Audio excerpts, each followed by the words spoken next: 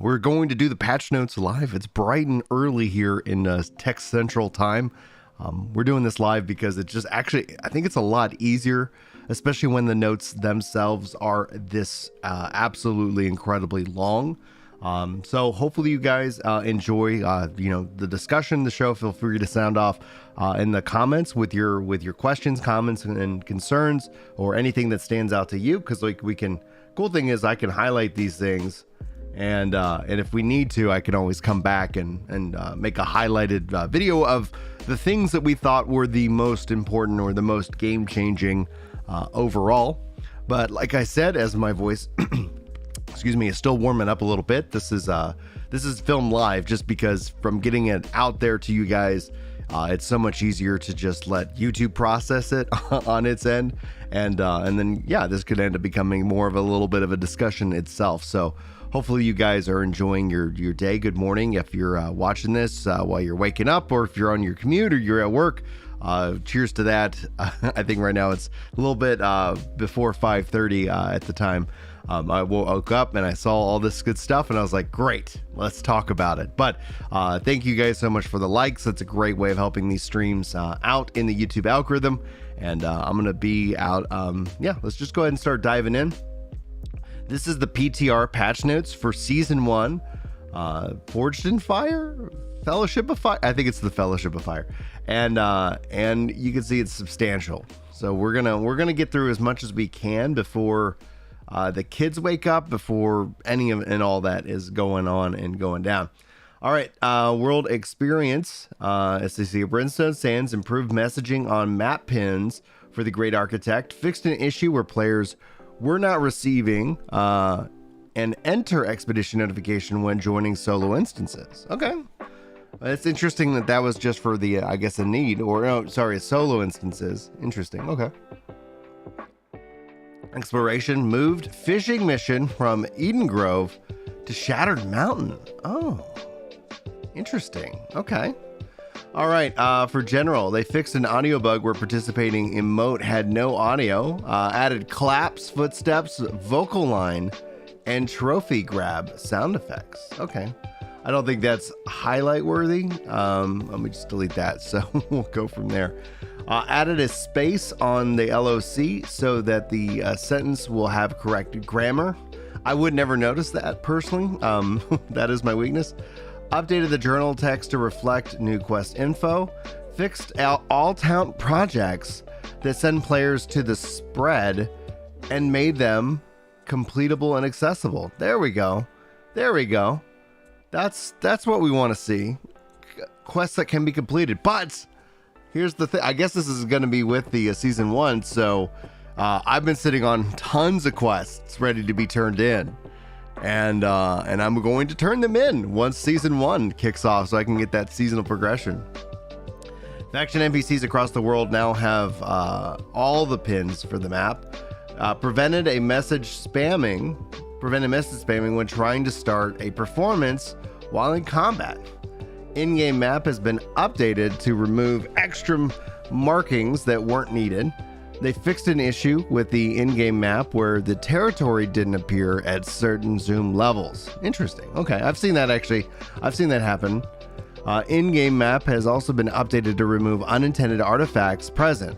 They fixed an issue where the voice effects appeared, or visual effects, VFX, appeared to be spawning at the feet of several ancient enemies in Brimstone Sands. This is my coffee.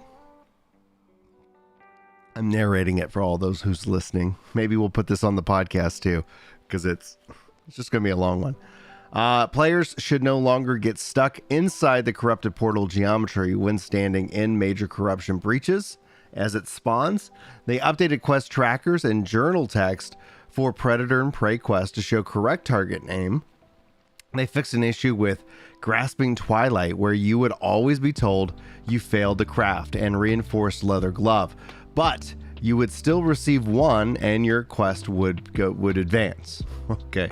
They fixed a bug that where the quest, a stock of ironwood inappropriately awarded Eden Grove territory standing.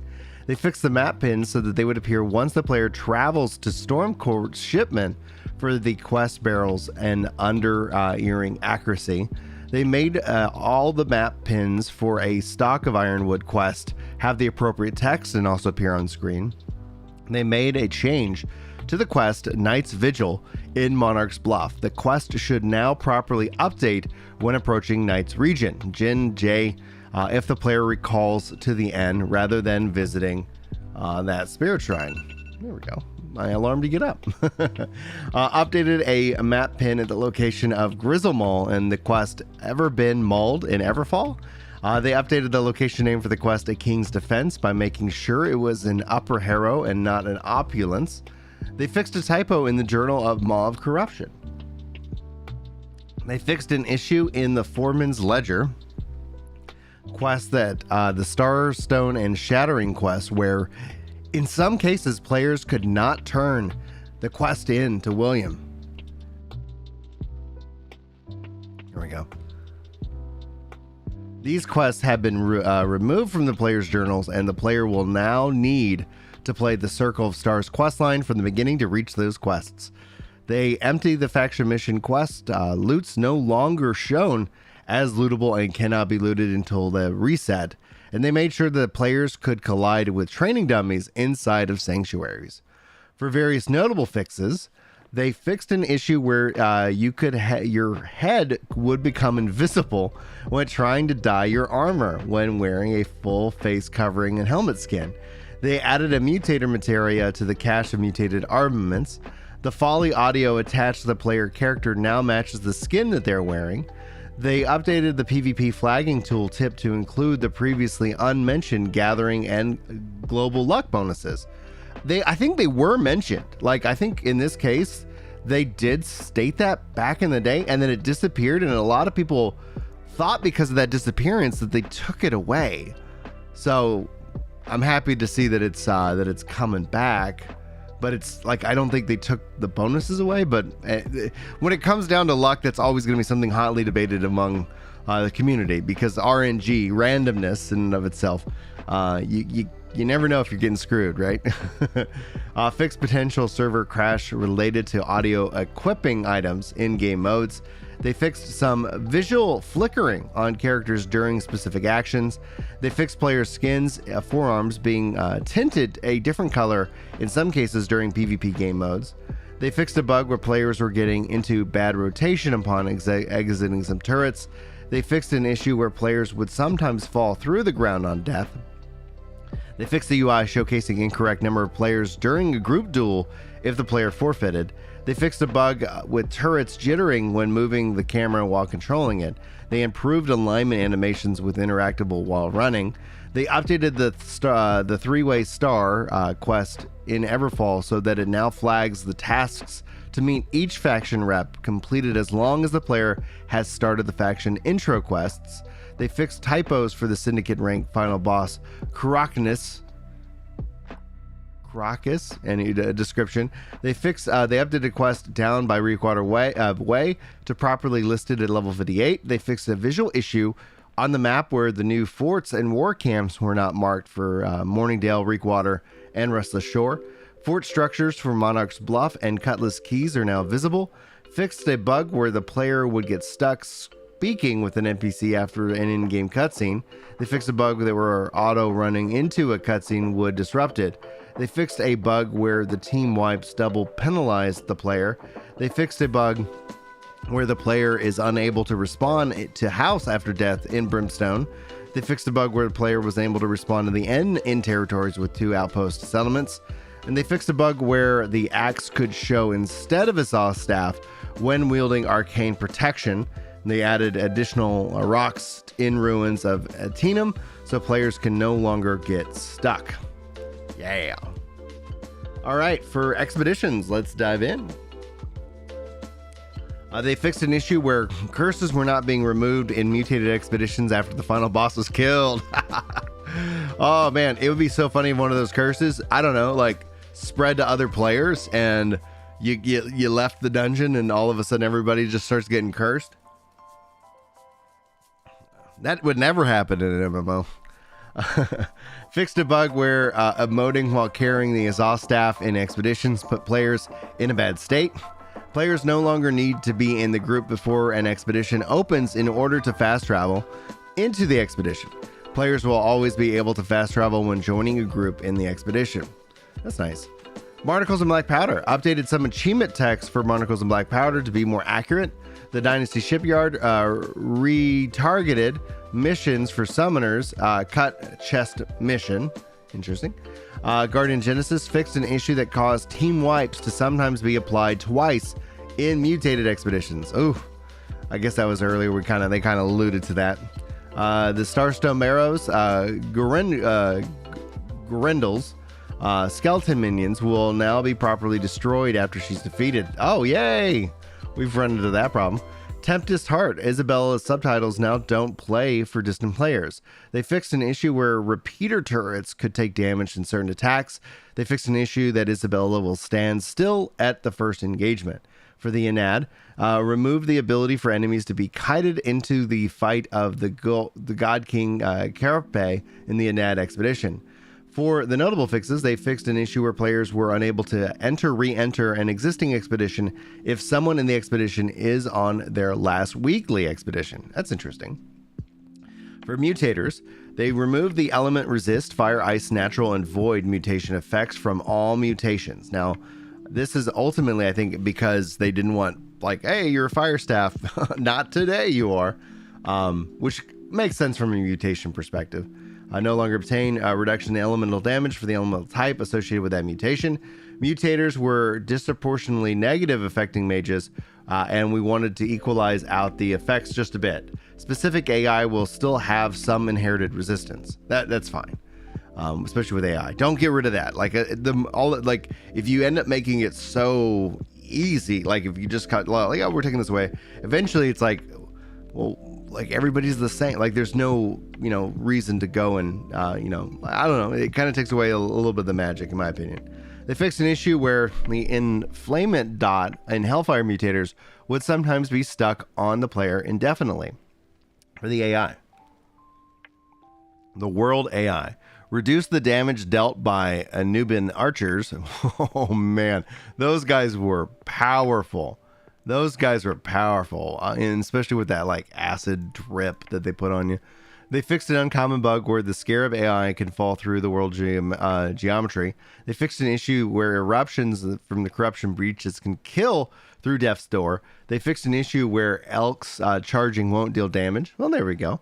AI will no longer hitch itself to the left while wandering. They fixed a very rare issue where AI would attack by ranged players could run into a location and attack the air. They fixed an issue that slime elite enemies would cause vegetation flickering. They fixed an issue causing the Thunder King Tiger to always drop loot, and it should now no longer drop loot on every kill. They fixed an issue where some attacks from a Barbary Lion won't deal damage, and they fixed an issue where players can be ignored by AI. For the Expedition AI, they fixed an issue where the Anubian Guardian Reavers in the statue form would wake up as invincible. They fixed an issue that would cause the Goliathans to be unkillable if one died too soon after the other. And they fixed an issue in Dynasty Shipyard where Isabella would not transition phases correctly if it did a large amount of damage before the end of her transitions. For various game modes, they fixed a rare bug where AI can sometimes end up under the fort in Invasion. For combat, new heart room abilities. This is where we're getting into the new stuff right here. Firestorm. And they're going to add in a new heart rune every season. Create a tornado that damages targets in its path. You can also craft more powerful versions of this gem. Mitigation formula. Updated the PvP damage mitigation formula to better scale mitigation across a variety of player gear scores. Okay, this is interesting. They changed Fortify and Rend to directly scale to the player's armor rating. Increasing Fortify and Rend caps the amount of these changes. This is good in terms of like prioritizing or at least trying to address the light armor value driven meta, right? Like it's better to dodge than it is, but now it's like if you get hit, having higher armor rating, this should actually imply to that. That's how I read that. That's how I understand that. Critical hits, we'll obviously have to go hands on and see like how does it feel. Critical hits, change critical damage calculation to be additive instead of multiplicative. So that sounds like it's a nerf. They adjusted critical chance to no longer increase by your total critical hit chance for every non-critical hit occurs. Now the chance will only increase by the weapon's base critical hit chance with each non-critical hit that is triggered. Sounds like a nerf. Increased base critical hit chance on Fire Staff, Wood Gauntlet, Ice Gauntlet by 6, and on the bow by 2, and all other weapons by 4. Interesting. Well, I guess we'll have to see how that feels.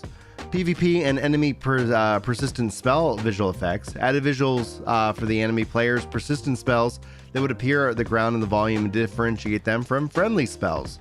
This is something we've been asking for, I think somebody said a year and a half now. So we got it. They did it.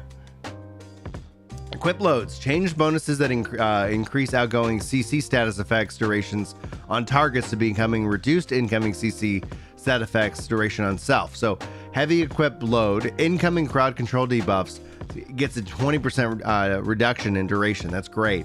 Medium equip loads increase crowd control debuffs by 10%. So this is good. Trying to enhance the different loads, like more damage, less crowd control for sure. Let's see here. And welcome in the Black Pack Biker says, do we know what time we can play the PTR? 10 Pacific time, so noon Tech Central. So roughly here in, what is it, like 6.5 hours? You can actually update your client right now. The client is updatable, and the servers go live today at noon. For general updates, they moved 300 strength attribute bonus to the 300 con bonus. Whoa. And updated the functionality of the strength attribute bonus to grant increased base damage on heavy attacks. Oh, that's new. Interesting. They fixed an issue with dodge rolling. Going prone and then dodge rolling again provides significant mobility. I remember them talking about that. They fixed an issue where 200 strength and 250 dex attribute bonuses were not consistently applying the damage bonus while some slows were active. They updated the magic weapon heavy attack buffers to be more reliable. They fixed an issue where you could perform attacks with the wrong weapon by spamming the attack and swapping inputs. They fixed an issue where the road buffs could be granted on an area above a road, but not actually on it.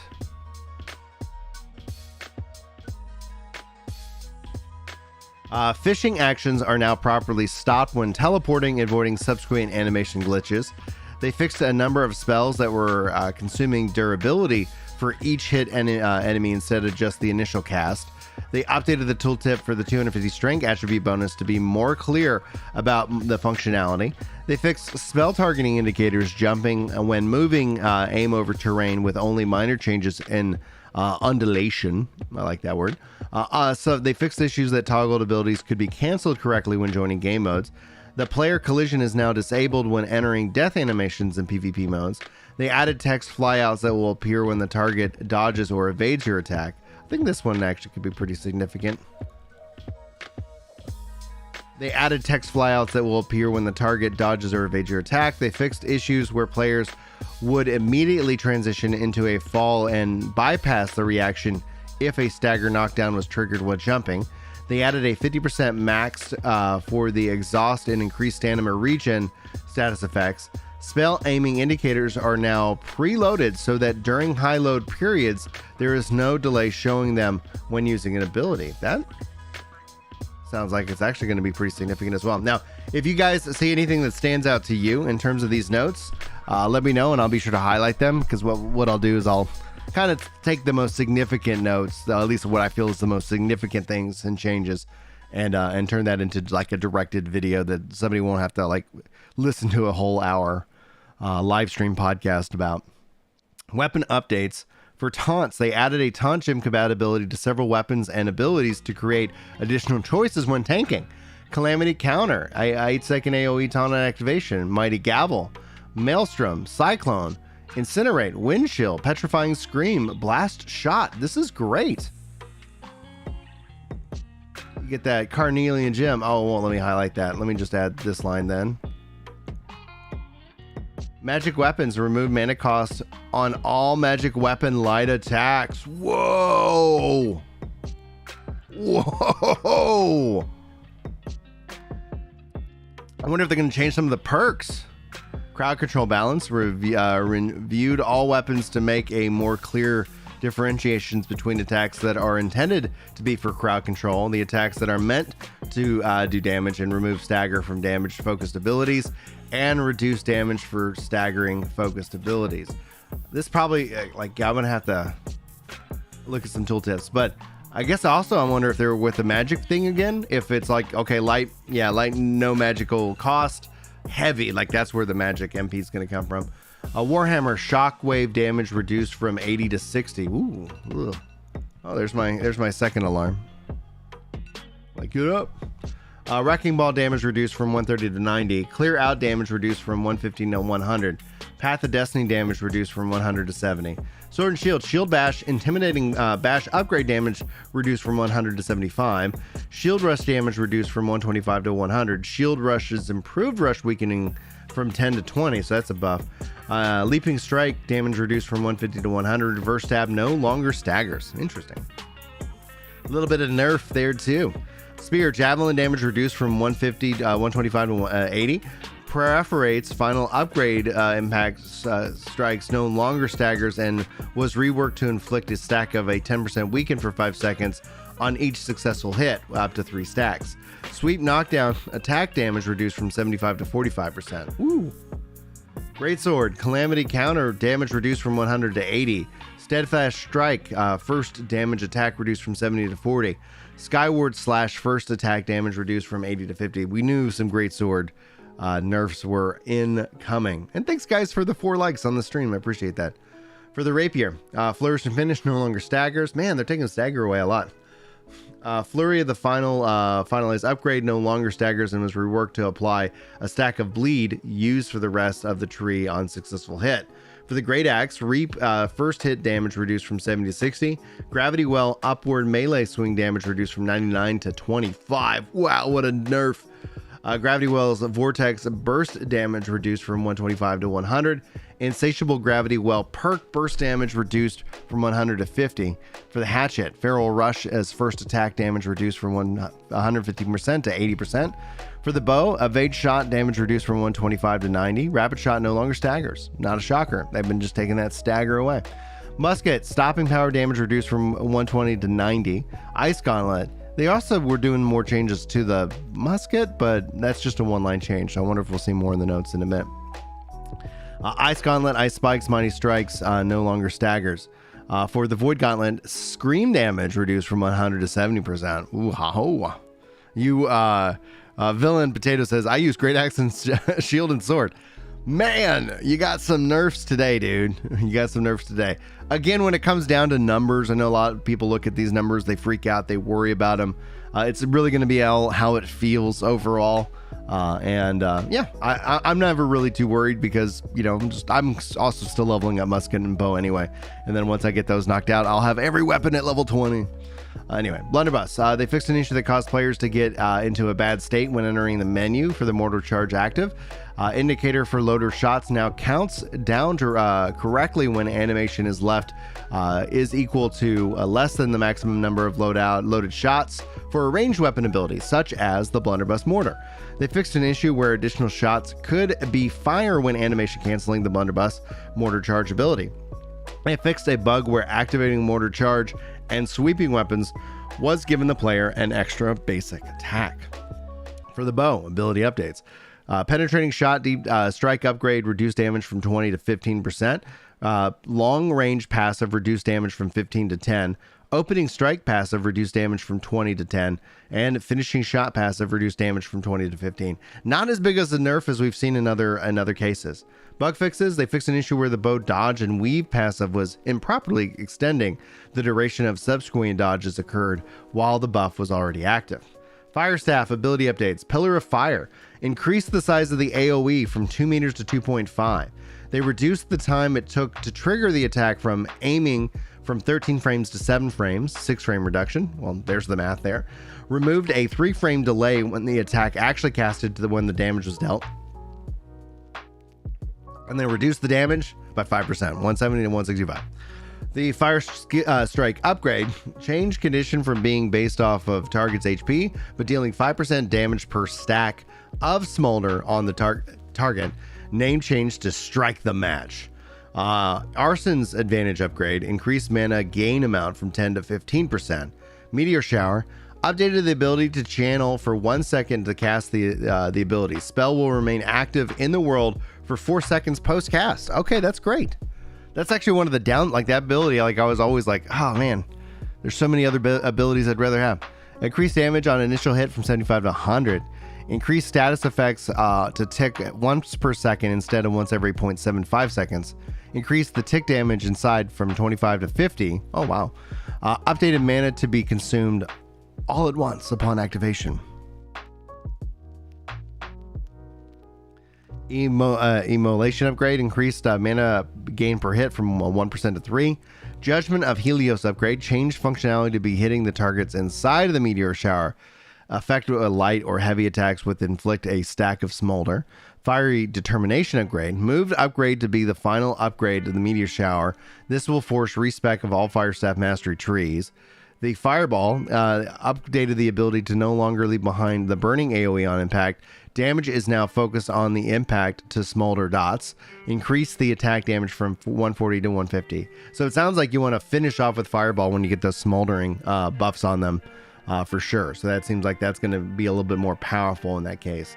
Scorched Earth upgrade, changed functionality, and it now applies a stack of smolder on hit.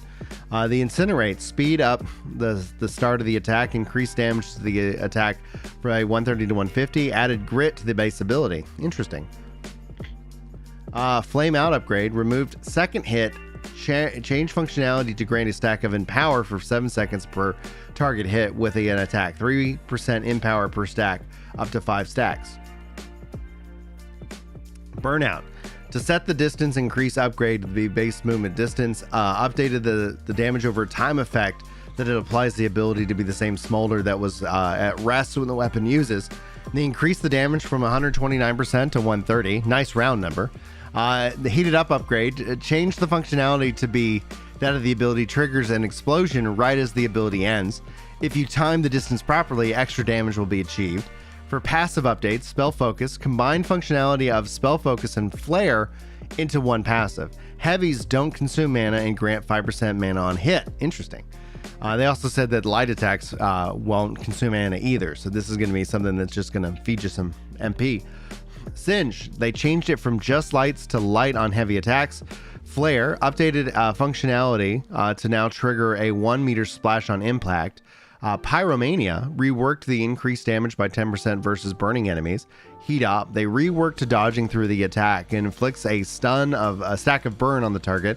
Trial by Fire, they changed the activation condition from being hit to being to hitting a target with 4 meters of a player. Nice. Increased damage over time from 5% to 20%.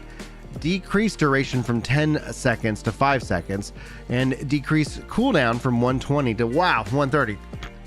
Holy crap, that's massive. Updated all tooltips referencing the specific smolder burn to a state of smolder instead of burn. Burn will still apply to all general fire dot status effects, including smolder, but smolder is a unique burn. Ultimate updates. Rune of Helios, increase radius of the AoE from 2 meters to 4 meters and reduce damage bonuses from 25 to 20.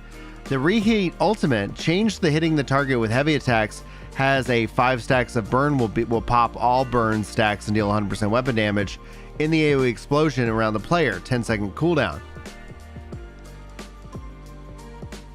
Woo! Woo! I mean, they did talk about reworking one of the weapons like every season, right? Every season they talked about reworking one of those weapons, and Fire Staff, the Forged in Fire, the Fellowship of Fire, that they're focusing in on that. So we'll see if that command works. Yes, there we go. All right, bug fixes. They fixed an issue where Meteor Shower Emoliate upgrades was not properly functioning when fixing the weakly jagged perk. They fixed an issue where the Fire Staff Incinerate ability was not able to apply additional stacks of burn when the Scorch upgrade or additional stacks of the Flame Out upgrade. Fixed an issue. I'm going to just drink my coffee. 1 second.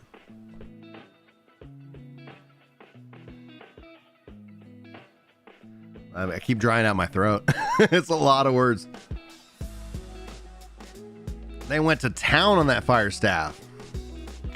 Looks like Yamarin is going back to fire staff. You know what I'm going to do? Sorry for those of you who are listening. When it comes down to these bug fixes that just apply to that, I'm just going to skip over that section.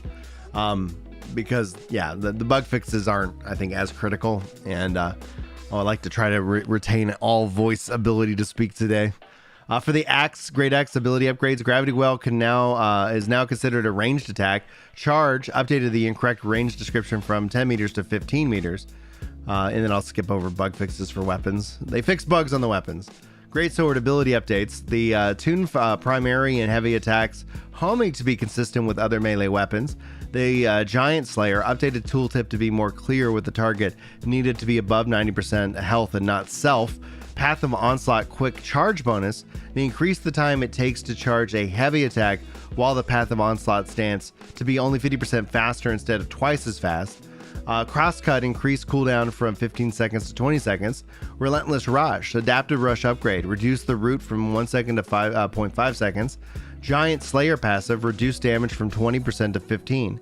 Swift Onslaught passive, changed the activation condition to trigger off the ability hits and not ability activations. And they updated several of the Greatsword tooltips to add clarity to when stances take effect, including information about base damage nodes and the state of the stances that are active after completing the ability. For the attacks that have multiple hits, added information to indicate which portion of the attack needs to be completed to activate the stances. For Hatchet, ability updates. Defy Death Ultimate, reduced invincibility from 0.5 seconds to grant 500 HP plus 50% of max health. Upon activation, it reduced cooldown from 75 seconds to 60 seconds. The intent of this change is to prevent Defy Death from being a risk-free situation. It still saves the player from death, but doesn't allow the player to recklessly remain in the fight while not having to focus on health bonuses or health values. Fortifying Strikes, they changed the activation condition from 3 consecutive light attacks to 1 heavy attack. The Engage Strikes changed it from being all basic attacks to heavy attacks and abilities. Preserving Refresh upgrade, updating it to be 5% lifesteal when Berserk is active instead of gaining a flat amount of XP when HP when active. Okay. I think that seems nice. We'll have to see if that ends up being a nerf or a bonus or something like that. And no, YouTube, I don't want to run ads. YouTube's like, you should run an ad. Go screw off. All right.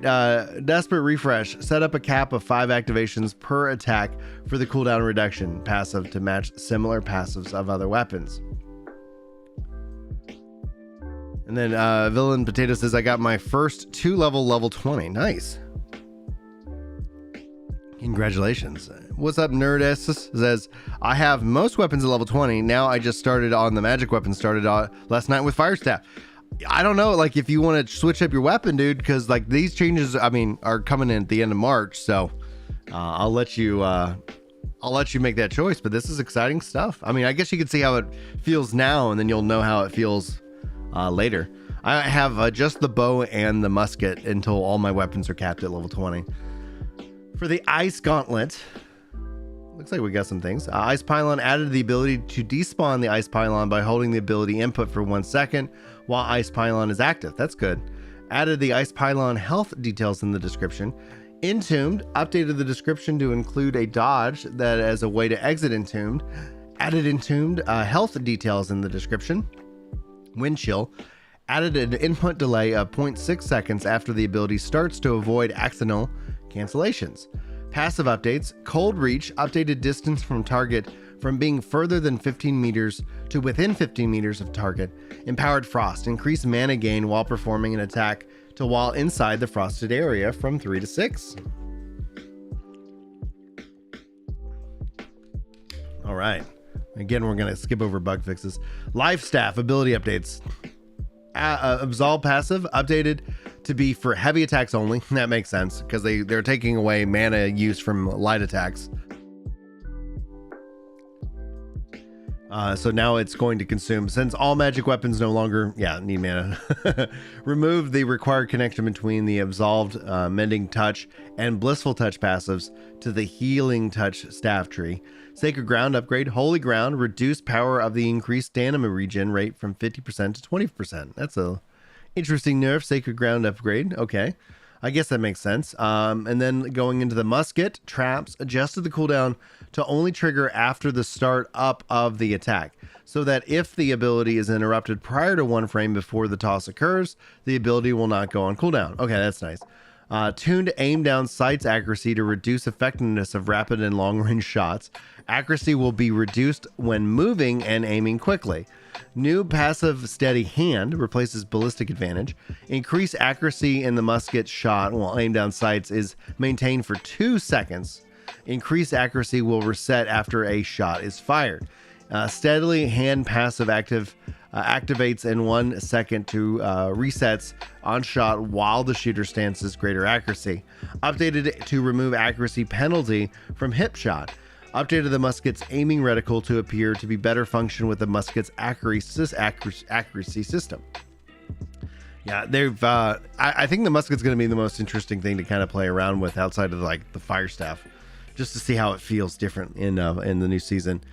Sword and shield bug fixes. I said we were skipping bug fixes, so Void Gauntlet ability updates.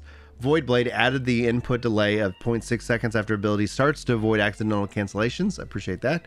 The Baleful Tether buffs and debuffs now start at maximum values and no longer scale up. Increase the projectile size from 0.4 meters to 0.5 meters.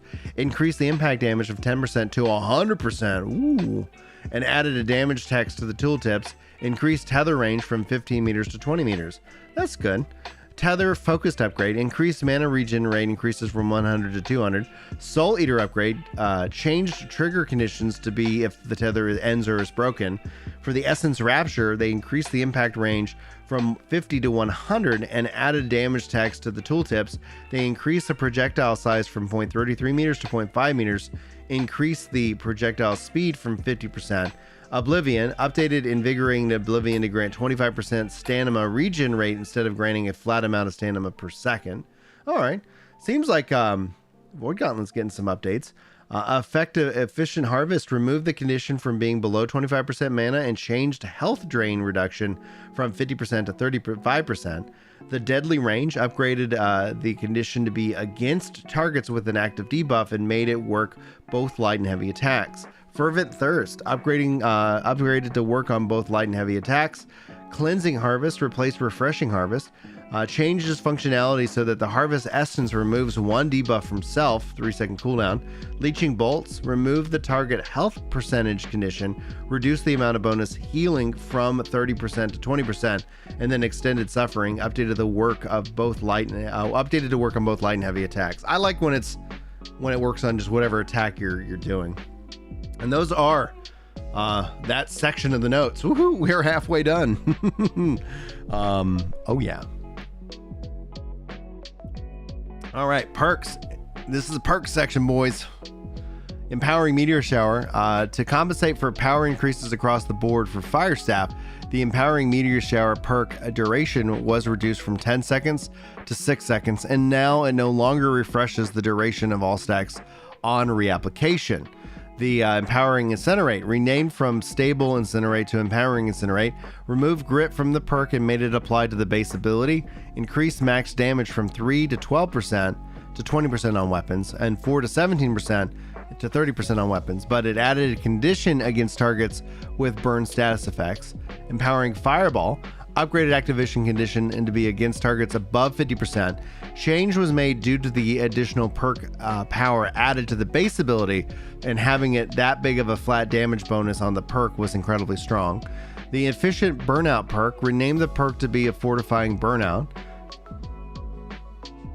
to be against target. Like it's strange that like a perk, it's like, okay, if they're above 50, after 50%, like, all right, you get a little weaker with that perk.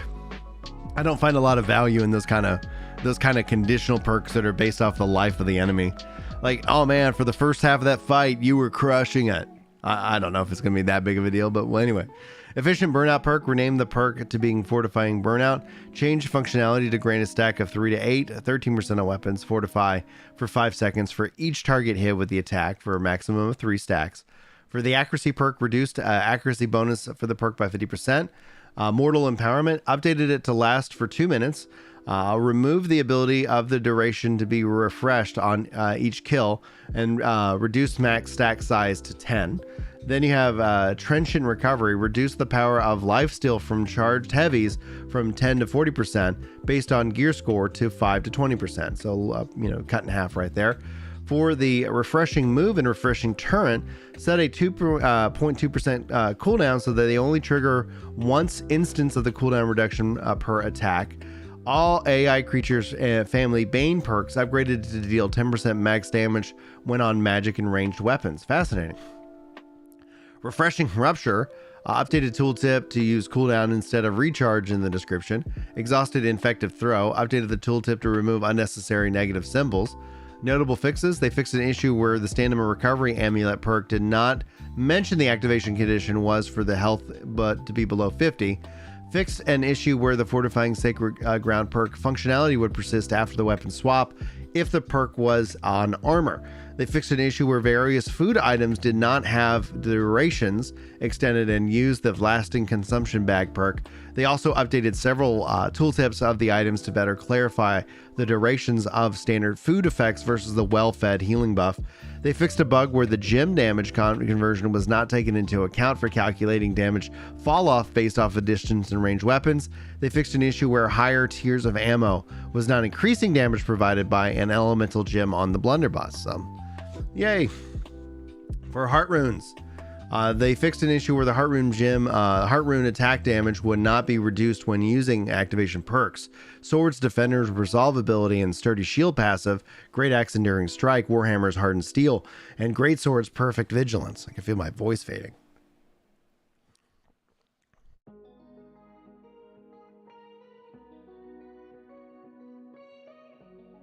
There we go. Leave me as I mute and then I unmute to clear my throat. Perfect. Good timing, Brian.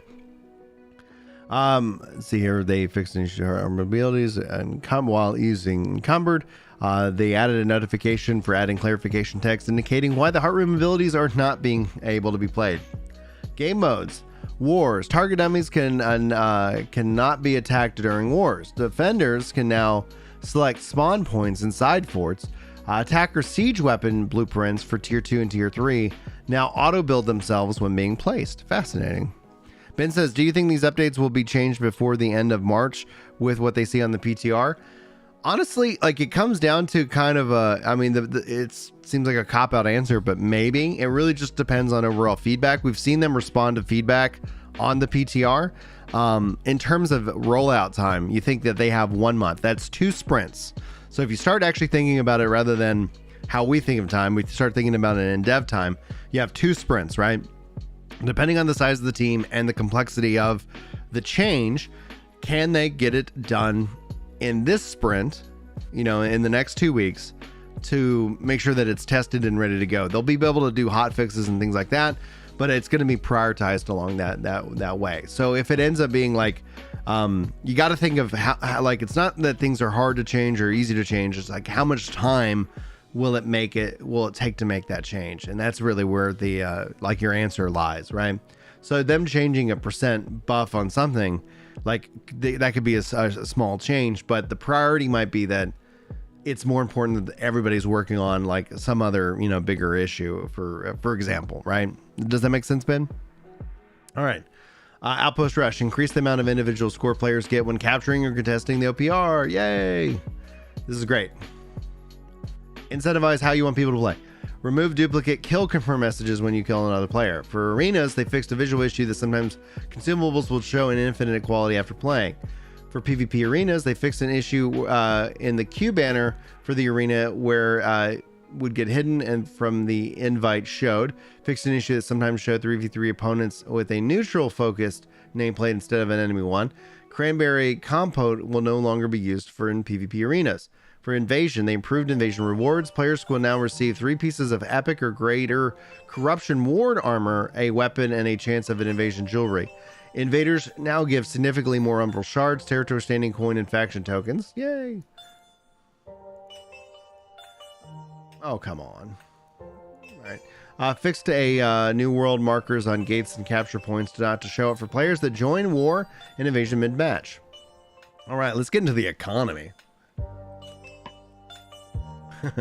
What's up, Deadly Dad? How you doing, dude?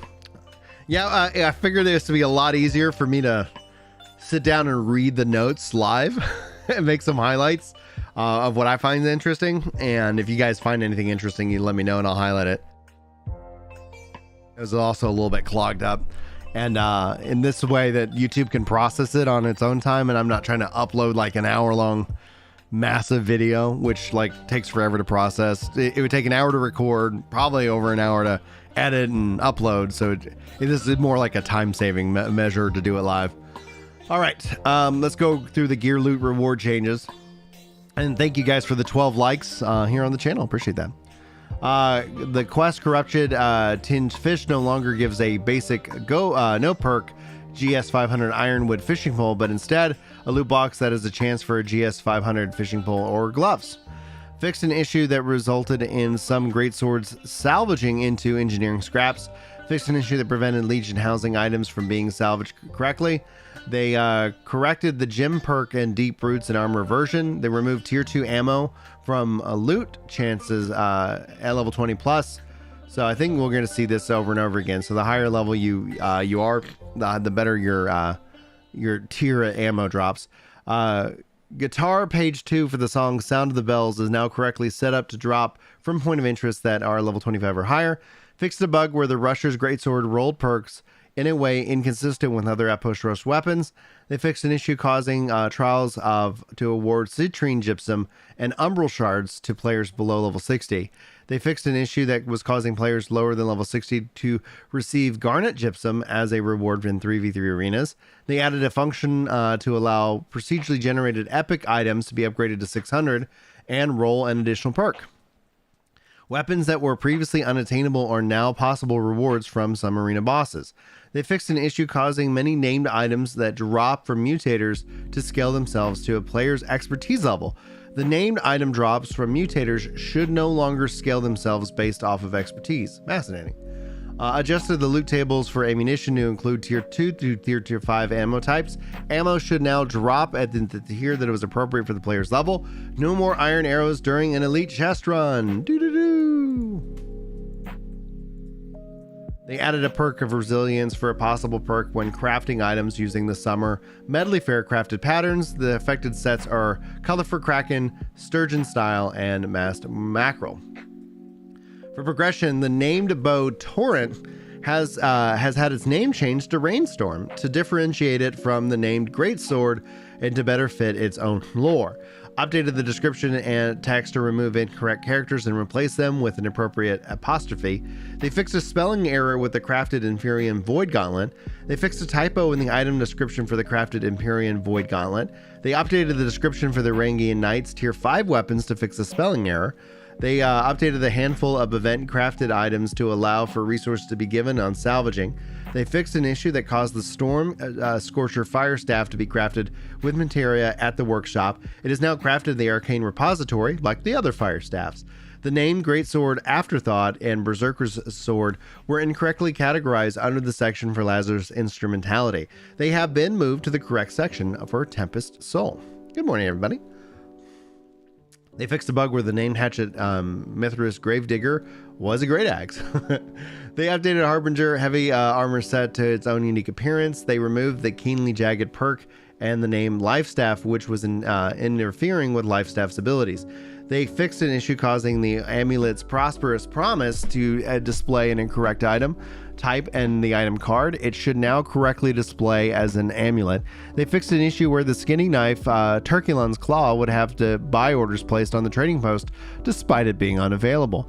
They fixed an issue where items could be deleted if attempted to transfer while the player had over 500 inventory items. They moved cooking cranberries, cranberry infusion, cranberry compote, tart fruit salad, and this sounds like a great summer meal, hey guys, and sweet cranberry brew to the basic food category in the inventory for better organization. They fixed a spelling error with the Phoenix Weave. They fixed an incorrect icon for Brazen's Shelter Shield.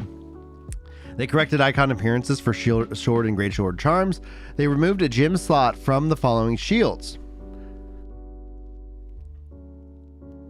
So the one hand tower shield angry earth arena 5, one kite angry earth 5, and then the one round shield. My man, excuse me, I gotta blow my nose. One second, I'll be right back.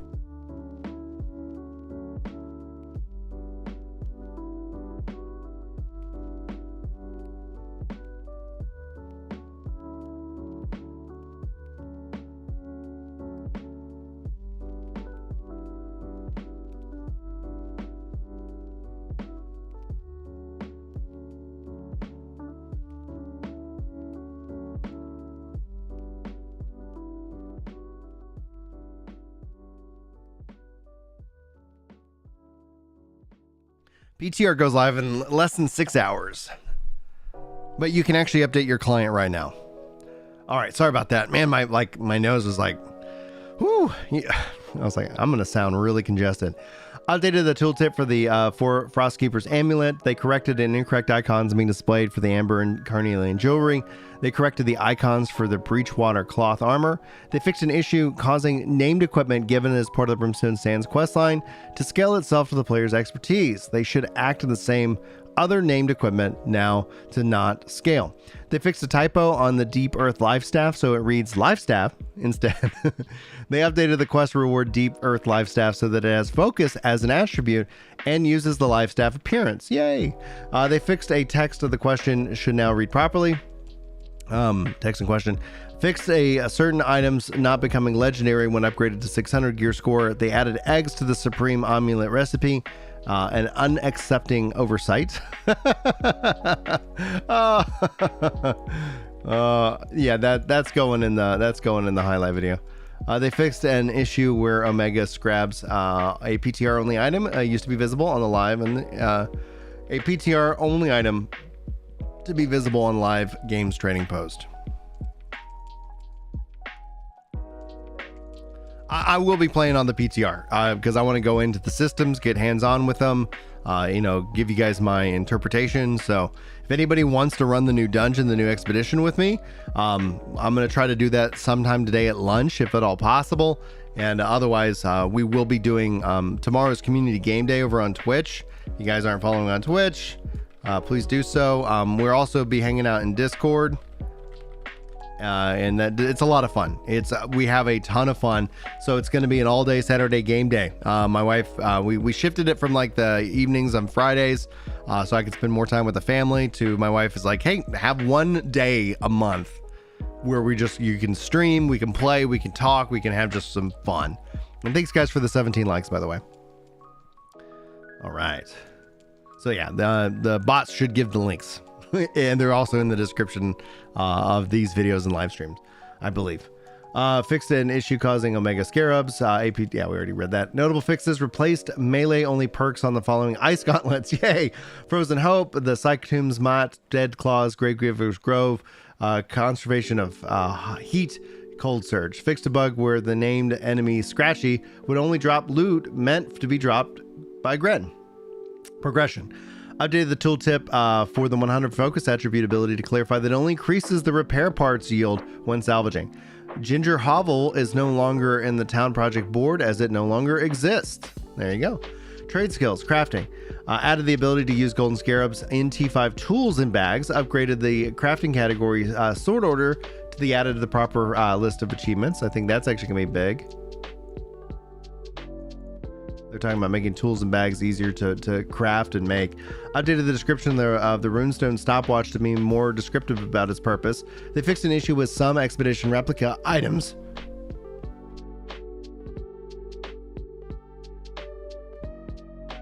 Apologies. Voice decided to fail. Fixed an issue replica items set to require the wrong tier of crafting station. Remove the dynamic level requirement for normal T4 to T2 to T4 crafted gear. The level requirement is now static and no longer increases when the gear score rolls during crafting processes. The first craft XP bonus has been increased from 2x to 3x. So guys, if you ever want to take advantage of these crafting bonuses, do it now because they reset when this goes live at the end of March. So you could get a 2x and then craft it all again and get 3x. So I'll leave it up to you on how you want to manage your XP. Change musical trade skill experience gain from performances to be based off of individual notes hit, modifying the quality of the performance. Relevant perks and group size increase the solo experience buff for music perk spotlight from 10 to 15%. Fixed issue where the gear score of crafted items would incorrectly fall outside of the projected crafted gear score range. They fixed an issue that would sometimes cause the crafting UI for the Vengeful Fisherman's equipment set to display a potential gear score range outside of the possible allowed values. For gathering, they updated the text for the basic and major fishing trophies to display the correct luck values. Refining, they increased trade skill experience gain from musical performance, exponentially increased experience gain per player in a group of performance. Hey, guess we're going to be doing some jam sessions on that. UX UI social in-game store. Marks of Fortune now display the total amount you will get when you purchase. Fixed an issue where players can access the world transfer world list while still in cooldown. For the general UI UX, fixed an issue that caused the infused engineering fragment. Fixed an issue that some pattern recipes were not showing up correctly when filtering by tier. They addressed 5% bonus displaying when none is applied. Fixed an issue where the on-screen indicator for territory standing gain was displayed the wrong amounts when completing missions. And this was a particularly UI bug. For the correct amounts were always being added to the character. They fixed a bug where the fort capture points from wars and invasions could persist when subsequently joining an OPR match at the same in the same game session. They fixed a bug where They fixed a bug where the fort capture points from wars and invasions could persist when subsequently joining another war or invasion in the same session. They fixed an issue where some players would see status effect icons if their computer clocks were out of sync. They fixed a bug causing some achievements to have incorrectly unlocked time, causing them to appear in the new recently completed achievements list incorrectly. Correct unlock times will apply to newly applied achievements. Open voice chat settings button on the chat settings can now directly take you to the social settings page. Tooltips for empty equipment slots will give more information on what the slot is used for. Journal pages will no longer briefly show the new indicator in some instances of browsing the lore pages. Journal pages that are undiscovered can no longer be selected by the page status screen. Outpost Rush scoreboard no longer has overlap between the boss title and the status in some languages. For the MSQ objective markers on the map, they have glow when located in a settlement unless it's zoomed in. Pin quest icons display larger than unpinned icons. Hey, I like that a lot. I don't remember if you guys remember the bug in which you could hover over the map multiple times and just make the icons really, really big.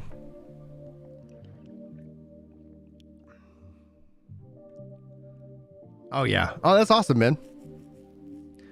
Mr. Blazing Fire says, quick question, as someone who has only been around New World since New Year's, when the PTR updates move over to the main game itself, it's like, what is the turnover rate? What do you mean by turnover rate?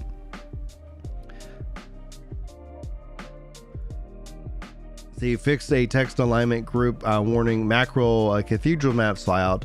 The bullet points on the world confirmation screen.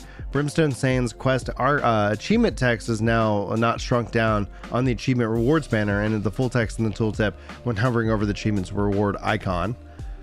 Focused effects on buttons in character creation no longer extend the button. Updated character transfer stool tooltip. Updated the emotes display tooltips even if they are unlocked. Fixed the percentage spacing in some languages for territory bonuses on the map. They fixed a health bar over enemy players disappearing immediately if the player is set to full health. For the Void Gauntlets and the Ice Gauntlets now no longer incorrectly compare against each other. Make sure round label changes languages when updating languages within a 3v3 arena match. Territory information on the world map now shows the exact percentages of the amount of standing bonuses. Leaderboard scroll bar no longer covers item lists. Filter button on the leaderboard screen now shows the appropriate amount of filters used to view the leaderboard. Remove references to quarterly leaderboards and replace with seasonal for season 1. That's smart, because that goes in line with everything they're doing. When viewing the crafting station, it now shows the quantity currently owned inventory storage for the item when selected.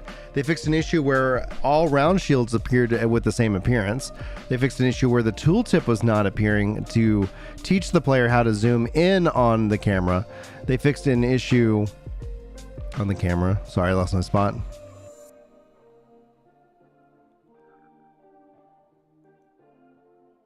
camera when viewing skins and dies.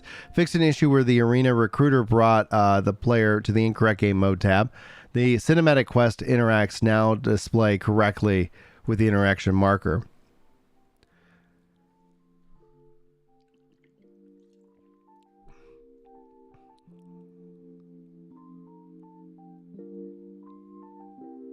Mr. Loot, what's up, dude? Says, have you noticed the loot crates that you can craft daily with flame cores?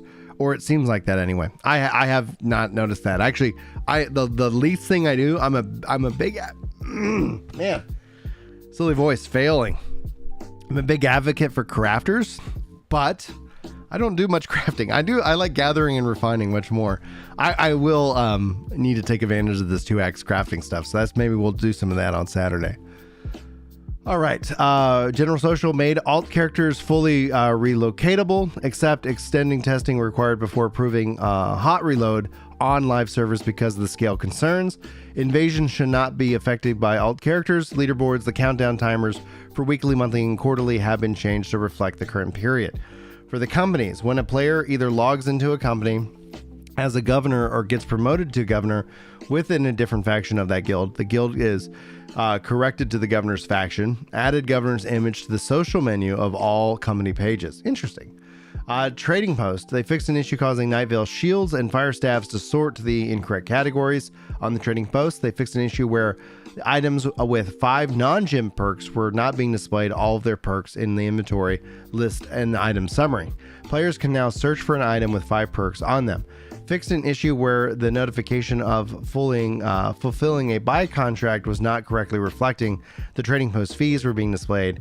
Fixed an issue where the outpost trading post interactions would cancel after player hub migration.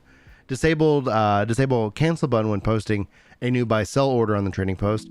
Fixed an issue where quantity value overlapping the slider diamond when creating a buy to sell order on the trading post. They fixed an issue that caused the list of items on the buy tab in the trading post to reset to the top after purchasing the item.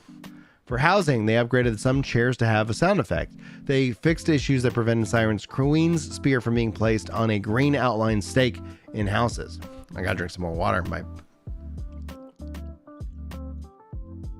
That's better, man. These things always drain my they wear on the vocals.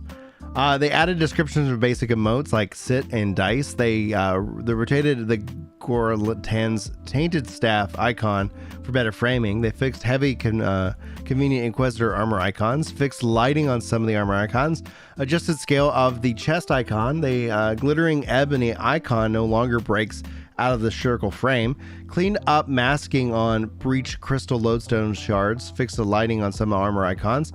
They fixed some German languages string bugs for the sword and shield. Pet icons no longer break out of the frame when viewing from the inventory or the decorating screens. They adjusted corruption heart life staff icon to better fit the frame. They adjusted icon positions for various headwear. Quality improvements of various icons. Prime rewards icon is no longer blurred. Fixed a bug of the faction control point icon showing ABC after leaving the war invasion. Fixed error where running an expedition with the frenzied mutator when receiving 3 stacks of the debuff unstable would display the wrong damage number. They fixed player nameplates appearing with the wrong color after a war invasion. They fixed an issue that caused the mouse to disappear when clicking on the die menu. They audited all the strings in the game for better clarity and consistency in terminology. For quality of life improvements, after crafting an item, the crafting screen will leave the previously selected ingredients in place so you can start a new recipe. I like that a lot. Messaging for 7-character deletion upgrades to clarify a player can contact customer service within 7 days of deleting character.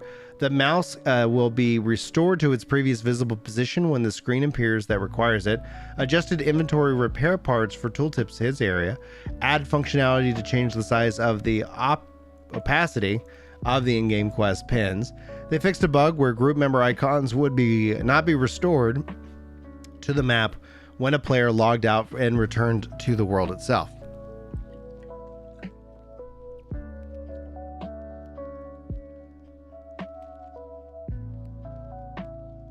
When in the crafting screen, the current count and inventory and the item being crafted will be displayed.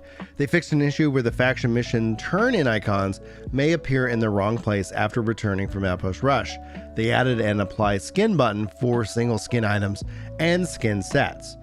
Audio changes. Ancient Algamin Footsteps audio plays. Fixed sync issues with sound effects and ice shower ability. Petting loop now stops when a player exits petting animation. Remove subtitles from Ifrit. Added a missing audio into lava.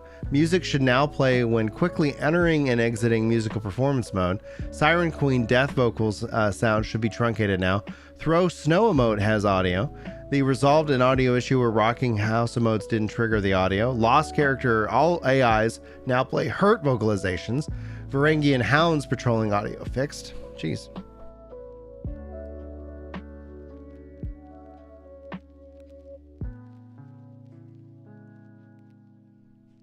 Also saves me time on editing.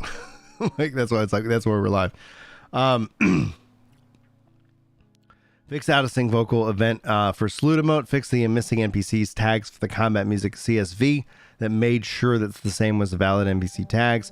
They fixed the impact of tables in the hit volume categories of the fire camp. DSP effects on backlit. Sword sound effects sync is fixed.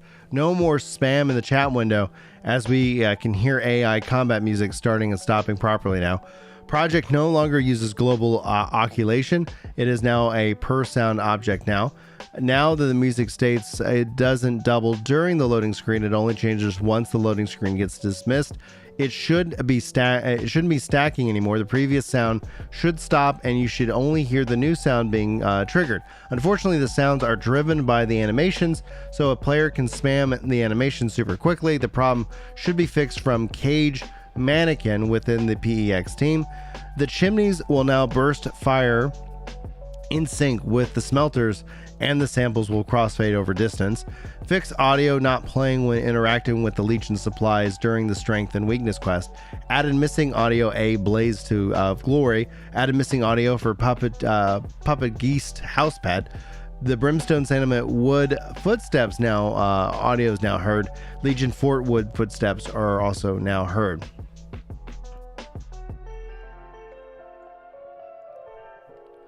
They haven't listed anything about improving the performance during OPR and Wars, at least yet. We're about to get into some miscellaneous updates here, and then that should finish off the patch notes. So this is the last section. Thanks, guys, so much for hanging out with me. Thanks for the 19 likes. And hopefully you guys are going to have a wonderful day. There's going to be a lot to talk about. The PTR goes live at noon Tech Central today. That's 10 Pacific time, 1 p.m. Eastern. Fixed an issue that prevented players from being properly restricted from accessing overpopulated areas. Edits to helms to eliminate ear clipping. Adjusted skirt with to reduce sword clipping. Fixed an issue around the sound schematic headdress. Headpiece dye channel. All channels should now be properly dyeing now. Updated the shamanic tipper apparel so that it properly dies in instance events such as OPR and war. They fixed the insatiable flame voiceover and text dialogue mismatch issue in French. They fixed a typo that the description for the Amorite Tempest Greatsword. They fixed an issue that was preventing the defiled cloth skirt from getting the right color instance modes such as war and OPR.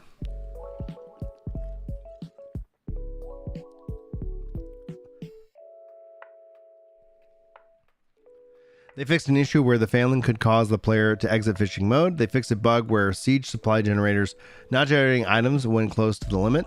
They fixed a bug where players certain emotes and then fast traveling could put players in a bad state. They fixed escape to cancel bug on fly through. They fixed a visual issue with the cloth robe apparel. They fixed multiple visual issues with the shamanic tipper apparel. They fixed a visual issue with the bold apparel. They fixed multiple visual issues with the fallen spirit apparel. They fixed an issue that prevented the medium defiled armor set from being dyed. Generated missing voiceover timelines for Gaiamal Tavi. They fixed a visual issue with the Pharaoh's bow string. They fixed multiple visual issues with the mutated obelisk apparel sets. They fixed an issue that prevented the light mutated starstone armor set from being dyed. They fixed missing voiceover for Endkeeper Nautic Bickham Lamb more in Morningdale. They fixed a visual issue for the Jadet Dragon Breastplate. Adjusted the visual effects alignment for the Mauler's Axe.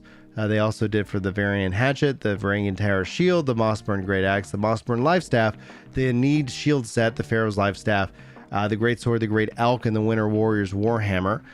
They also did that for the Stormbound Life Staff, the Stormbound Warhammer, and Nif Smasher Warhammer. Woo! Woo! We did it!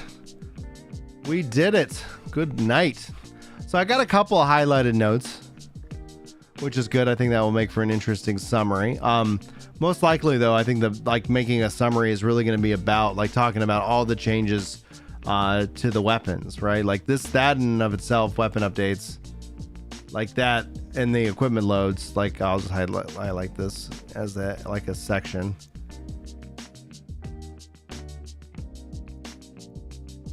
So that way, for those of you who didn't want to hang out on a live stream at 5:30 in the morning, we'll be able to get this information, as they need, and then I'll go over through the weapons themselves. Woo! This fire staff changes are wild. Those firestone changes are wild. Now, what we don't see here is the notes in terms of what we know they're adding. We got the new expedition. We got obviously the season. We got the loadouts. I cannot wait to go hands-on with the loadouts. I really hope they add the season pass in the PTR. And the PTR goes live today at noon, so I won't be live streaming that because I'm going to be at work, and I'm going to just take my lunch break and spend some time with the PTR, assuming that it's live. And then probably what I'll do is I'll get with Chris with Work to Game on Monday, and we'll do kind of a live show talking about all the Throne of Liberty and New World news that really dropped this week. It's just unbelievable just what all is going down.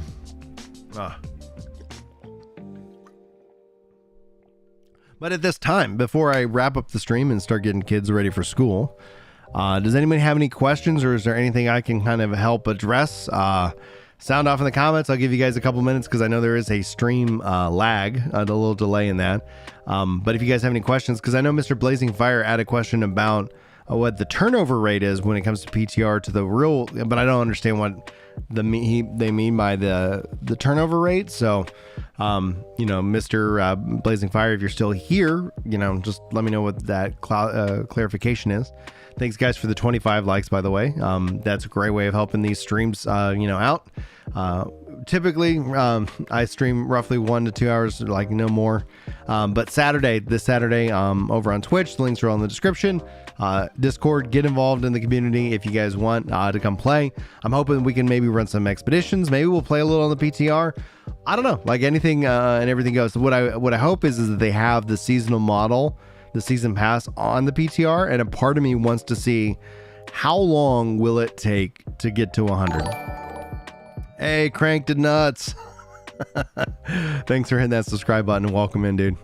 I wanted to see how long that's going to take. Now, that could be a pretty substantial grind, and I would run the risk of burning myself out from doing it when it goes to live, but I think it's going to be important. I think one of the things that can't be answered in any dev update is, okay, if you're actively playing the game, how long does it take you to finish that one, that season pass?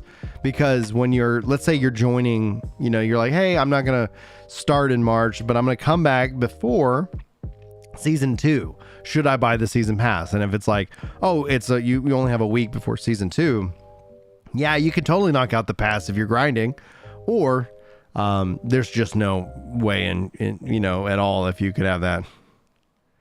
Cranktonut says, I bet the extra gear set storage that is in the battle pass is put at the level 100 reward. I don't think so, and I think actually it's a part of the free tier as well. So I would have ventured to bet that it's probably going to be kind of the mid tier reward. The Halo battle pass does that for some of the things. Like at the level 50, you're like, ooh yeah, you kind of think about it in level 25, 50, 75, and 100. You end up having these bigger milestone rewards, but we'll have to wait and see. Again, if they have it in there, that's going to be something that I'm looking forward to going hands-on with. And then I'll try to put out a video on it, so that way, so keep it locked to the channel if you guys want, my opinion on things. I'll leave that up to you. Opinions on the internet, right? Everybody's got them and they all stink, right? So I, opened it up to questions. Cranked Nuts is the only one who has chatted. So I will give you guys 1 more minute, unless, just to make sure that anybody has the opportunity, because I know the stream lag sometimes here on YouTube can be kind of, a little bit more on that severe side. I appreciate you guys hanging out with me here this morning. So it makes it so much easier. It makes it also a little bit more fun so that I can take breaks while I'm trying to because whenever I'd film the longer ones, in recorded form, it was just as bad. My voice would just fail, after some period of time, and I have to try to go edit those out. Cool. Awesome. Cyborg says, thanks for the kickoff for the day. Hope you have a wonderful day too. Guys, I'm going to wrap up the stream, and I appreciate you guys being here. Yeah, I'll see you guys hopefully in the next couple of videos. Hopefully I'll see you guys tomorrow. I'm very much excited about jumping in and trying to get some of these new world achievements knocked out, and who knows, we're gonna have fun. The game days are just always fun for me. My plan is I'm gonna get a crushing workout really early in the morning, and then I'm just gonna go live as soon as I absolutely can. So anyway, guys, I love you faces. Thanks for being here. Hopefully I'll see you in the next video and or random live stream. But until then, take care.